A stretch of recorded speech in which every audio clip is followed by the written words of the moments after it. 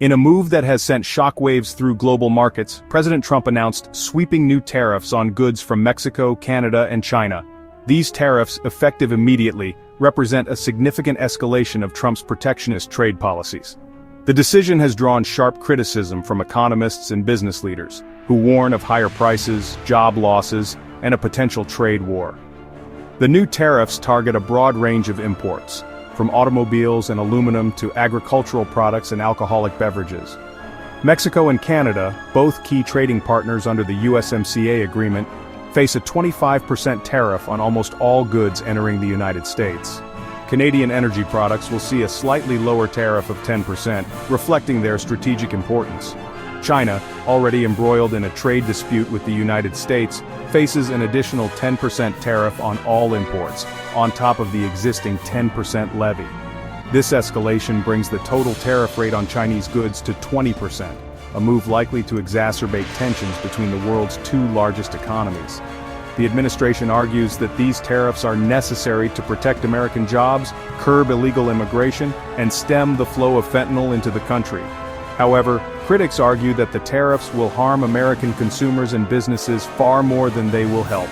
The coming weeks and months will reveal the true impact of Trump's latest gamble on trade. The Trump administration justifies the new tariffs on the grounds of national security and economic fairness.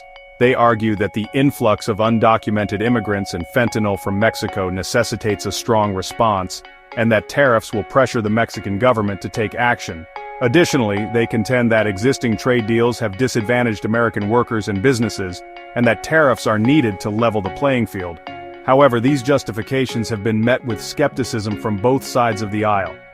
Critics argue that tariffs are a blunt instrument that will harm American consumers and businesses, while doing little to address the complex issues of immigration and drug trafficking.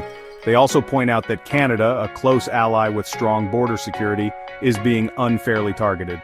As expected, both Canada and China have announced retaliatory tariffs in response to the Trump administration's actions.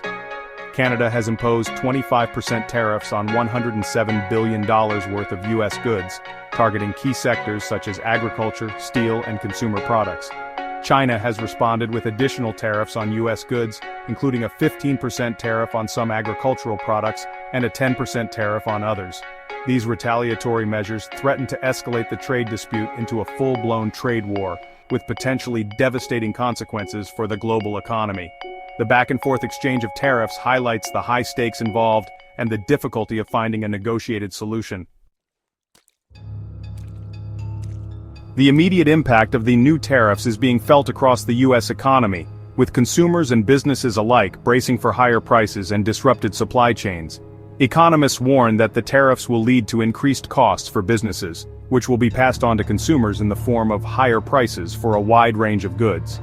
Industries heavily reliant on imports, such as automobile manufacturing, are particularly vulnerable to the tariffs. American automakers, which depend on parts and materials from Mexico and Canada, face higher production costs and potential disruptions to their supply chains. This could lead to higher prices for new vehicles, reduced sales, and even job losses in the auto industry.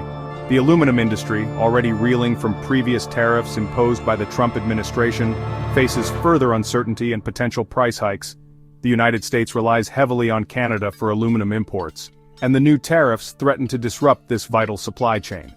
This could lead to higher prices for aluminum products, ranging from beverage cans to construction materials. Agriculture is another sector likely to be hit hard by the tariffs. Higher prices for agricultural imports, particularly fruits and vegetables from Mexico, will translate into higher grocery bills for American consumers. Additionally, retaliatory tariffs from Canada and China on U.S. agricultural exports threaten to harm American farmers and ranchers. Perhaps the most significant casualty of Trump's tariff offensive is the USMCA agreement, the hard-won trade deal between the United States, Mexico, and Canada. The agreement, which replaced the North American Free Trade Agreement, NAFTA, was intended to modernize trade relations and reduce barriers to trade between the three countries. However, the imposition of sweeping tariffs on Mexican and Canadian goods directly contradicts the spirit and letter of the USMCA. The agreement, which entered into force in 2020, includes provisions for tariff-free trade on most goods traded between the three countries. By unilaterally imposing tariffs, the Trump administration has undermined the agreement and cast doubt on its future. Canadian Prime Minister Justin Trudeau has condemned the tariffs as unacceptable and a violation of the USMCA. He has vowed to challenge the tariffs through all available channels, including dispute settlement mechanisms within the agreement. The Mexican government has also expressed its strong opposition to the tariffs and vowed to retaliate. The future of the USMCA now hangs in the balance, with the potential for a protracted trade dispute looming large. The Trump administration's decision to impose tariffs on its closest trading partners has injected a high degree of uncertainty into the North American economy and raised serious questions about the future of trade relations in the region.